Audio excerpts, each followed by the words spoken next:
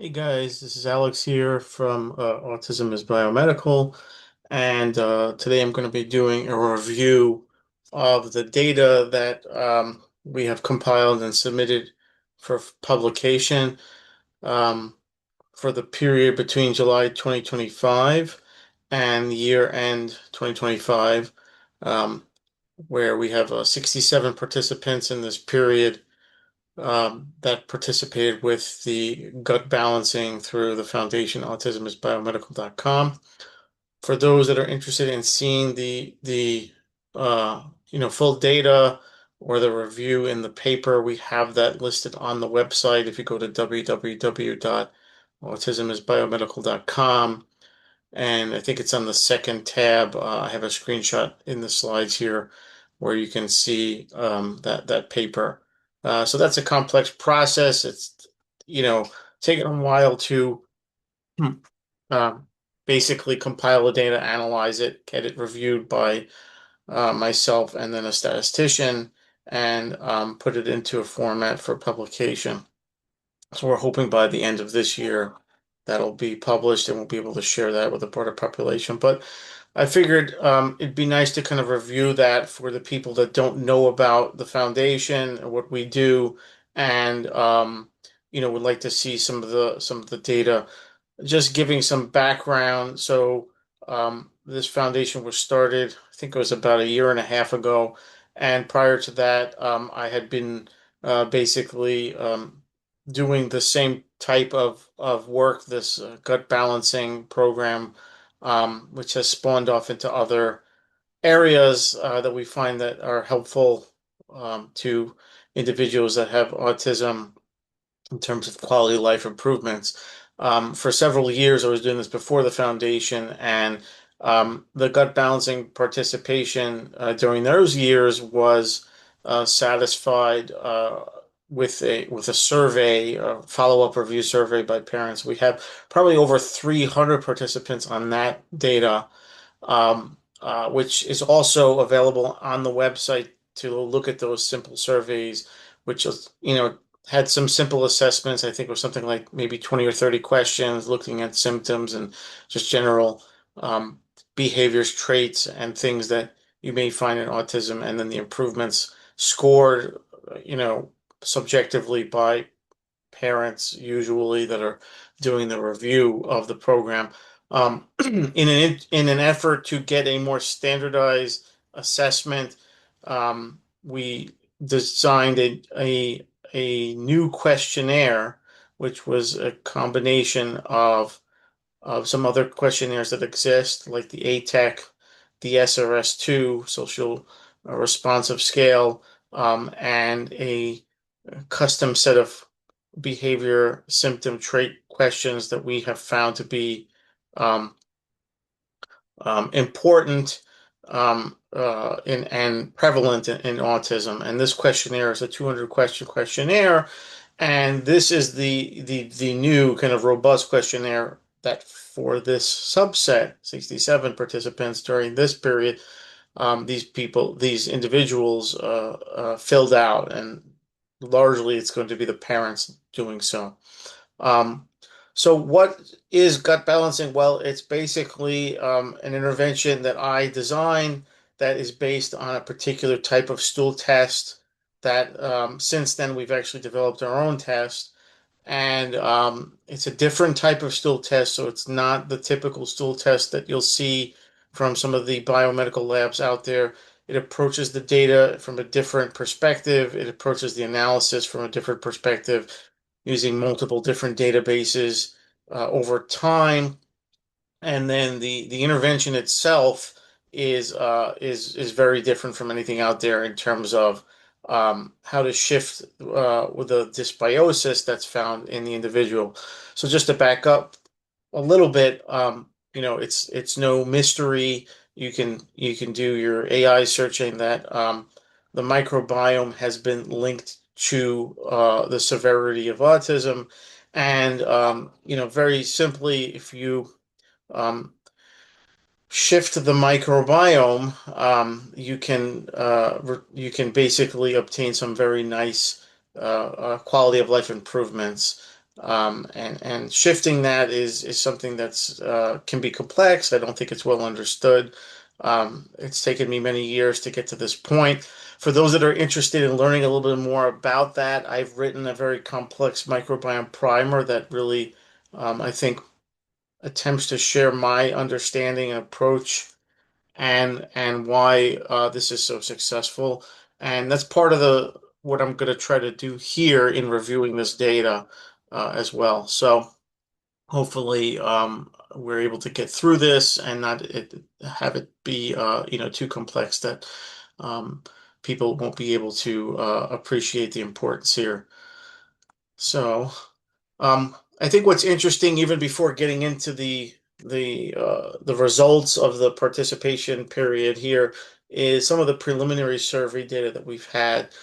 So this is a little bit of an older slide. We obviously have more participant um, responses now, but I think it's large enough that it gives a perspective. And I've had similar survey results over the years in different ways as we kind of have added questions and symptoms. So what you're looking on this screen here is a capture of 255 responses before even starting anything, and the prevalence of um, specific behavior traits or symptoms um, as scored on an incoming survey. So these are specific questions that I had designed based on my talking to parents over the years, seeing things in my own child, seeing things abroad in other children, common behavior symptoms and traits that I believe are related to dysfunctions, in the metabolism and the microbiome, whether it be toxicity in the body, so on and so forth. So what you have on the x-axis is basically the number, rather it's the percentage um, responding, and you have on the y-axis, it's sorted from the most prevalent to the least prevalent of the symptoms, behaviors, and traits that we've asked. And haven't shown all of them here, but as many as I could fit on the page. Um, so you can see the most prevalent one somewhere around, close to 80%, maybe 75% of the people responding is that this giddy, inappropriate laughter. It's really interesting because um, I think we've been able to decode what is going on there better than anybody else, and we actually have a dietary supplement structured around it. It's involving ammonia and nitrogen burden in the body, and hopefully there'll be enough time towards the end of this to kind of talk about that. Um, but there's some other really, I think interesting things over here, like the teeth grinding, which shows up in about 40% of people, which is also related to that kind of pathway as well. You can have particular symptoms like there's, urine accidents, unexplained or uncontrollable urine accidents or grabbing of the privates. That is exacerbated by oxalate burden, which irritates the urethra and the bladder, which is then linked to fungal and even parasitic dysbiosis in individuals. So I think what this is showing you is the prevalence of the symptoms, behaviors, or traits, but also that um, my hope was is that there are we could decode these dysfunctions in the children and use that as a way to bucket them into different categories that from there we can find things to help them out and improve their quality of life.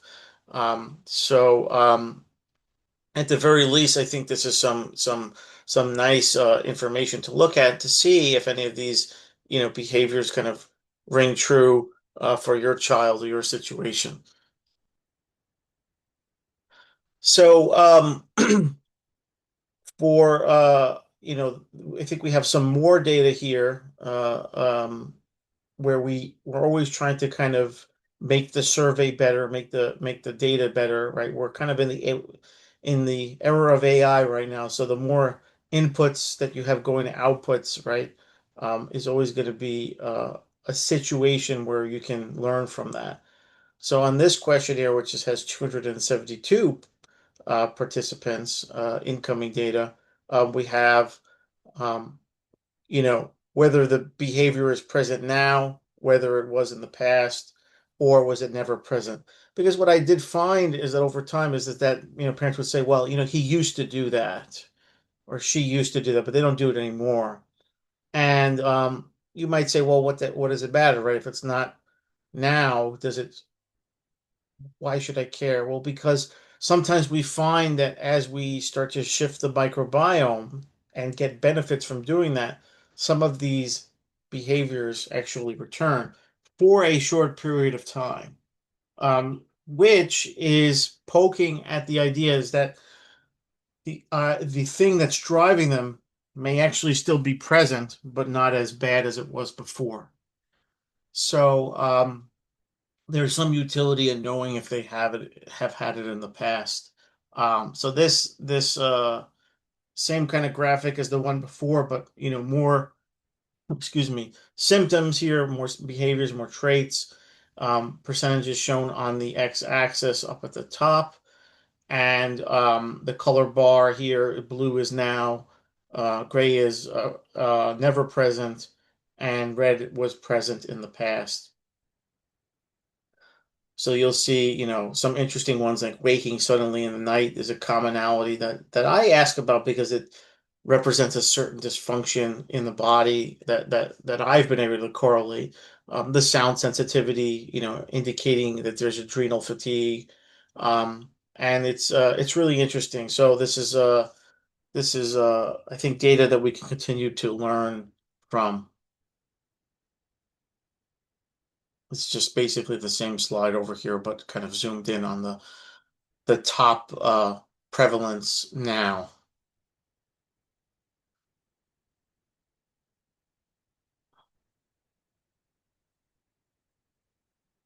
Okay, so here I kind of have picked out a couple of these behavior symptoms and traits that are um, interesting to me or prevalent. One of the ones that is particularly interesting to me is this feature of long eyelashes, and many times I think that it was the first thing that had stuck out to me. I think a parent had sent me a picture one time of their child, and they just had such extremely long eyelashes, and at the same time, they were also displaying some characteristics of potentially having some viral issues. There was a presentation on the skin and things that I had seen in other children that were confirmed with testing, and it was just so pronounced. And I had kind of thought in the back of my head, well, is there some connection to the length of the eyelashes and potentially a viral load? I'm always looking through different types of literature, and there was a period where I was actually looking through some papers with regard to HIV because with HIV, it's interesting. There's a basically a degradation of the immune system, and those individuals in the kind of late stage disease, they succumb to a lot of issues, fungal issues, parasitic issues, because their immune system is basically, in the gutter, even other viral issues. And I was kind of looking at these papers because, Prevotella is actually something that is found to be very elevated in HIV because of the same reasons, right? Immune issues and fungal overgrowths and things like that. And I had come across this particular paper that was talking about the use of antiviral therapy in HIV and how there's this particular condition that happens, trichomegalia, where in this late stage disease, the individuals that have HIV, their eyelashes start to grow very long, and it's so profound that you can see it, right? It stands out. And what they found was is that under the use of these antivirals, basically to treat the other issues that are going on there, they have found that trichomegalia had basically reversed, and the long eyelash feature was halted and stopped. And it was really interesting to me, and that's kind of where this kind of stuck out in the back of my head. I'm always kind of keeping these details, kind of in some place in my mind. And I do think that there is some connection there um, that needs to be explored further. Does that mean that you have lung eyelashes and you have some viral issue? I don't have definitive proof, but for me, it's always kind of combining multiple things, right? That um, gives you some evidence. And what I say to parents is that there are a lot of things that we know standing on the backs of other people in the field and parents themselves. There's a particular brand out there of cod liver oil called from Carlson's. It's very well revered. It's been used for years in assisting people with autism, and we know fish oil is beneficial. Cod liver oil has a nice vitamin A content, and it's a natural vitamin A form, and that in itself is antiviral. So I find that whenever there is a suspicion that there might be some viral load going on, that is a nice way to introduce something that may bring some positive effects, and it's easy to try it and to stop it. And obviously, there are more complex things that you can do and practitioners that you can see, but my kind of mantra and dogma is always using things that we know that are safe and well tried and have a history of positivity. And obviously cod liver oil is one of those things that people have been taking for decades, right? For grandma said take your spoon of cod liver oil, and there's reasons why these things are beneficial. So I always like to kind of hone in on those things. um, but I thought this was an interesting trait, so that's why I kind of honed in on it over here. So if you go to the website, autismisbiomedical.com, on that second tab there, you'll see gut balancing and nutraceutical support. There's dozens and dozens of links that you can click on. You can hear messages written from parents, either written or spoken in audio.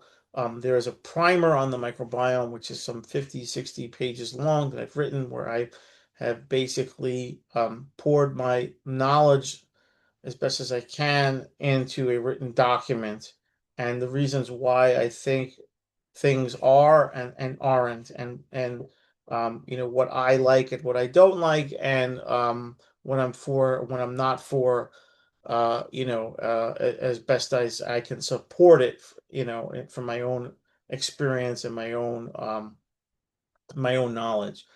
Keep in mind, it's my written document, so it's my opinion.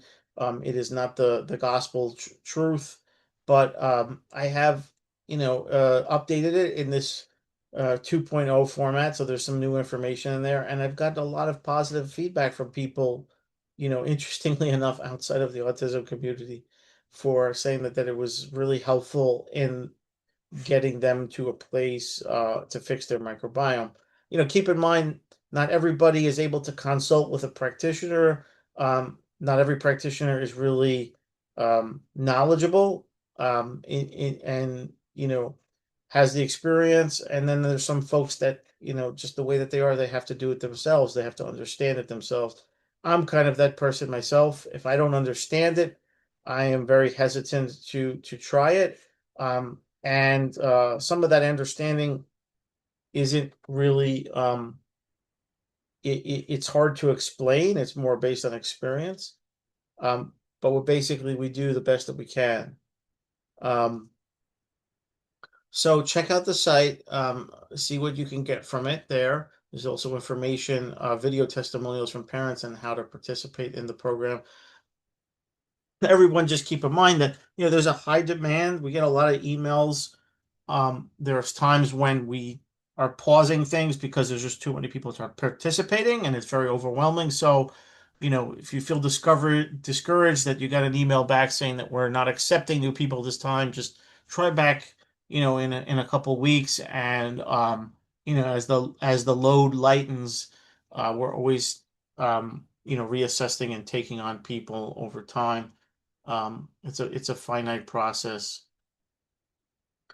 So I wanted to take them over here to talk about something that was really, pivotal in my understanding, in terms of the microbiome. And I think that this is really why there is such a dichotomy in the realm of microbiome, autism, or just microbiome in general and health. If you read the literature, whether you're looking at autism or other, kind of disorder states, is that there is rarely a consensus on what people find. There's elevations of this, there's elevations of that. There's improvement here, there is an improvement here. These things are helpful, these things are not helpful. No one can seem to ever agree on anything. And I think part of the reason why is because the studies that are done are just poor. Obviously, autism itself is a very heterogeneously diagnosed condition that I don't even know what the word means these days. But that being said, there's a component that I think that is very misunderstood with regard to the microbiome, and it's the role that the microbiome plays with regard to detoxification. I think that the misunderstandings is that if you have somebody that's, sick, and we're on the same page that the microbiome is playing a role in their sickness, that we're going to look at that microbiome and it's going to say that it's bad. And if we fix that microbiome, they're going to improve, and, you know, end of the fairy tale. It's actually much more complex than that. And I think the best analogy that I've come to date is this kind of pool filter analogy. So the microbiome is very similar to the filter that you would have on a swimming pool. Okay. And the body is very similar to the swimming pool and the state of the swimming pool. Um, for instance, if you have ever owned a swimming pool, have ever gone to a swimming pool, usually at the beginning of the season when it's opened up, this pool is really dirty. And because it's over the winter time, it's accumulated a whole bunch of leaves. Maybe it wasn't being taken care of over the winter time. Maybe there's algae that's kind of set in, or the filter wasn't being run, whatever the reason. But the pool starts to accrue things that are excipients that are not supposed to be in there, in its ideal state. And that's representative of what I would say is the toxicity that we have in our body. And the toxicity that we have in our body is this broad word, but it could be chemical toxicity, right? If you were to, you know, build a house, in the middle of a gas station, you're going to be exposed to all of these hydrocarbons, right? We know these are chemically toxic, right? Or if you were to, use Lysol, for instance, constantly and breathe in those fumes, those aerosols, those are toxicities, chemical. You can have chemical toxicities, you can have metal toxicities, right? And you can imagine where those come from. You could have, toxicities that are generated from the inside of you. As you have dysbiosis in your gut, you have basically an entire, ecosystem where things are being produced, some positive, some negative.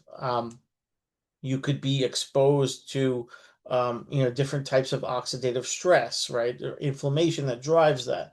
So there is this component of things that kind of needs to be continuously filtered out, and the microbiome plays a role in that.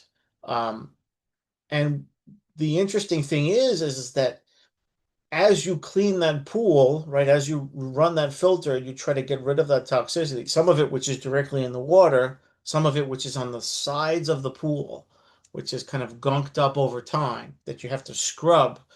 You might have to scrub it with a chelator. You might have to scrub it by using some other agent to elicit and to make it more soluble, right? In the body, toxicity, basically conjugates, becomes more soluble through, enzymatic processes, and then, through the biliary system, it gets dumped into the microbiome. It gets dumped into the gut, and that's how you evacuate a good fraction of the toxicity that you have. there's really only three ways that you can get rid of toxicity. You either pee it out, you poop it out, or you sweat it out.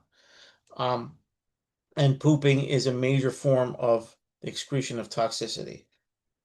The act of excreting toxicity and conjugating it actually negatively affects the microbiome. So let me jump to the next slide. So, for instance, imagine if we were testing someone's microbiome. We have the stool test. The only thing that we can actually see with that test, right, assuming that we're only looking at the bacteria or the fungi or whatever, um, is the state of the filter. We're not really getting a direct measurement of the toxicity of the bottom. And even if we were to do that in the stool, there's ways to do that, it wouldn't necessarily be representative of the total load of the body. It's just representative of what you're excreting at that time. But it's conceivable that if your microbiome is, in some really, really poor shape, that's representative of the filter being really dirty. Okay. But that doesn't really tell us about what the quality of the pool water is. And so in the beginning of the season, if that pool water is dirty, and let's say that I put a brand new filter in and I start running that filter, what happens to the microbiome? It actually gets worse, right? What happens to that filter? It gets worse. As I run that filter, that nice clean filter, I tuned up that microbiome and I start running that pool filter to make it cleaner, the filter actually gets dirtier, but the pool gets cleaner, right? And this is the concept of how detoxification affects the microbiome negatively. The reason why this is so important is because when you have a very toxic system, what I have seen, I wouldn't say it's always the representation of this, but it happens enough time. Maybe it's about 20 or 30% of the cases, particularly in the beginning. You do some microbiome intervention, you test between 2 points. You do some microbiome intervention to make the person better. And what you end up happening is that that second test, there's some features of it that actually look worse, but the person actually improves clinically. Sometimes it's so remarkable that you're like, whoa, this doesn't make any sense. Proteobacteria jumped up 25%. But this person is saying that they have, or this parent is saying that this individual has had all of these gains. How could that possibly be? We know proteobacteria is a bad thing. It is because exactly of this mechanism that the microbiome is acting like a filter. You tune it up, you enhance the toxification, it takes a negative hit as a result of that. Now, that dynamic is more is more significant in the early stages when you start to do microbiome intervention, meaning that as you do this time after time, right? First to second test, second to third test, third to fourth test, over time, just as you imagine as you're cleaning this dirty pool, right?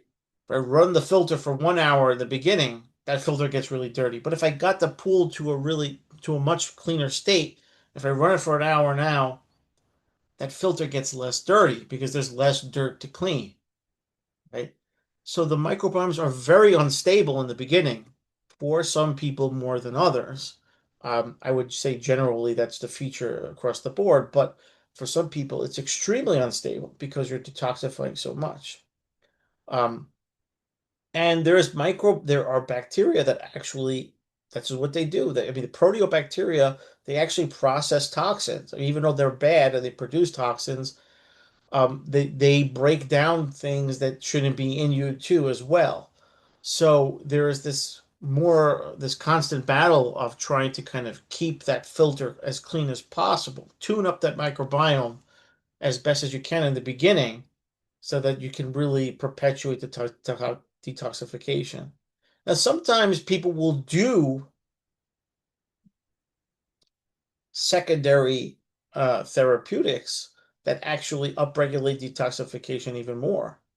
Um, this was the aha moment for me where we were using some um, things that were applied topically, and we were seeing detoxification in the microbiome that was saying, well, this is what's going on.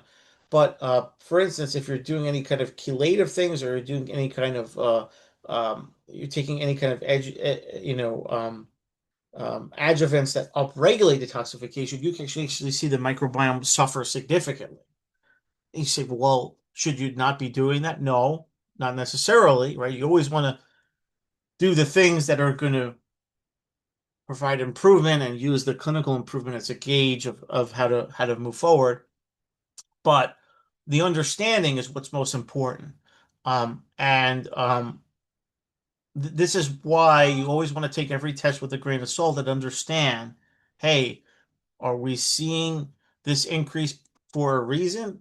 Is the person improving clinically is the most important thing. So this is just kind of another graphic that's showing this effect over here. So we have dirty pool, top left, toxic load. We do some gut balancing. It improves the state of that filter. Now the pool starts to get a little bit cleaner, but the filter itself gets um, more dirty. The important thing to understand here is that you can't look at the filter and tell the state of the person, their toxic load. You can't. Let me see if I have that on the next slide. I think I do here. So it's conceivable. We're trying to think of all of the four possibilities, right? You could have a clean pool, but a really dirty filter. You'd say, well, how is that possible? Well, maybe you got the pool clean, or maybe there wasn't really ever a big burden from the beginning, and that filter's just been running over time, and you just haven't changed it at all. And you're getting by because nobody's dumping debris into it. There's no leaves around. There's nobody coming in and dumping a bunch of sludge. These are situations where you have an individual that if they take a fall, what I mean by a fall is something happens to them. They get an infection, they get into a car accident, they take antibiotics, they get exposed to something, they get exposed to mold. All of a sudden, that clean pool turns into a dirty pool with a dirty filter, and then now they're in a non-ideal situation. And these are the cases that kind of come my way. But if you just looked at the microbiome there before that they got injured, you might say, well, this person's got the microbiome is not good at all. And look at them, they're functioning just fine. Wait till that thing happens that knocks you down. This is why it's so misleading to look at someone's microbiome versus another microbiome and say, okay, well, look at the differences. They're both equally bad, and one has this huge, clinical issue, and the other one is getting by just fine.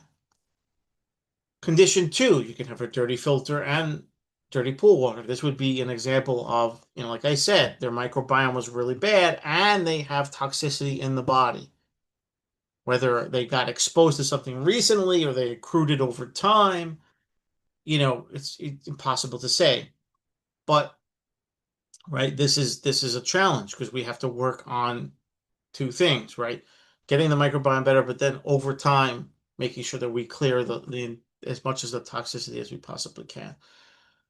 Condition three, we have a clean filter and dirty pool water. You say, well, what would that actually be? That would be like we just re-upped the microbiome, right? So the beginning of the season, we put a new filter in, or they have all of these toxicities, and we did some intervention to make the microbiome better. This is going to be a very short representation because as you start running that filter, that microbiome is going to take a hit. And this is kind of the cycle of gut balancing that we're doing, right? People's pools are dirtier than others. They have different amount of toxicity on the walls, but we're constantly re-upping that filter. And that's why in the beginning, the filter is so dynamic that it gets dirty very quickly. But over time, you reach this kind of steady state where you need less and less things. It's more resilient. Condition four is the most optimal one, right? Person doesn't have a lot of toxicities and their microbiome is in good shape. So this understanding that you can't compare two people's stool tests without and use that as a mechanism to talk about how dysfunctional they may be. You can only look at an individual stool test over time and look at their improvement clinically. and this is why I think so much of the literature is all over the place, you know, compound with the fact that the diagnosis itself is very, subjective and heterogeneous, and but this just adds another layer, throws another wrench in there, um, that makes any kind of analysis that is looking at or comparing between people, what I would call almost kind of useless. Um, Basically everything that I said here, just kind of reiterated in words. I'll leave it up for a couple of seconds so people could take a read.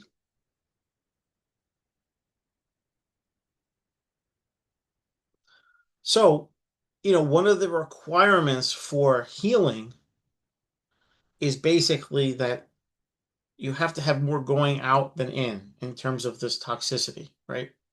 Because we're always exposed to toxicity, right? The things that you eat are not perfect. They have toxicity, they have chemicals in them, they have mold in them, they have, you can try to eat as clean as you want. There's always going to be in with the air that you're breathing in, the things that you're putting on your skin in. So there's always going to be an in.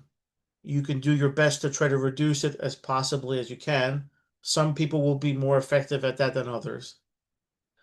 But the requirement for healing, when toxicity is at the core of that, is that out has to be bigger than in. How do you make out more bigger than in? Well, the microbiome is a prime place because the microbiome, that's like your filter. So you got to keep that tuned up. It also impacts inflammation. Inflammation is going to be energy spent on other processes where it could be spent in, you know, making your mitochondria function better, helping to detoxify better. So the microbiome is key because it impacts so many different systems, metabolism, the amount of vitamins that you absorb. The microbiome actually produces vitamins. It's a huge producer of active folates when it's working properly. Uh, Now, it can also be the generation of toxicity. If you have imbalances in the microbiome, whether it be bacterial or fungal, these things will, create and metabolize, and produce these metabolites that when they're too high of levels, they could be toxic. There's this, you know, fine balance of short chain fatty acids, propionate, acetate, butyrate, that are produced by the bacteria. But if there's an imbalance there, then some of those short chain fatty acids start to become caustic. But in any event, out has to be bigger than in. And there's a couple ways that you can do it. We talked about that. Pooping is a big one. Sweating, you excrete some of it via the urine. But then there's also the reabsorption piece. And there's certain, therapeutics and tools aimed at specifically trying to inhibit that reabsorption. Bile in the body is this very, kind of amazing thing that it's used in multiple different ways. One is to kind of conjugate toxicity and pull it into the to gut so that you can poop it out. The other one is it helps to break down foods, and fats and things like that. The other thing is that it has a role to play in trying to keep, the dysbiosis or the balance in check. And some of that gets reabsorbed into the body, right? One of the characteristics, not of everybody that has autism, but in some of the severe cases, and I think in some of the very discrete situations, is that there's a very sharp reabsorption, um, um, that manifests as clinical symptoms. So you can imagine, like for instance, the rectum is this organ that helps to reabsorb water so that you don't get dehydrated. When the stool is festering in your colon, there's the potential for that to then be reabsorbed, whatever is laced into that stool, back into the body. And this can be a very kind of discrete change in behaviors for some, up around the time of a bowel movement. that produces a whole host of symptoms and autonomic issues.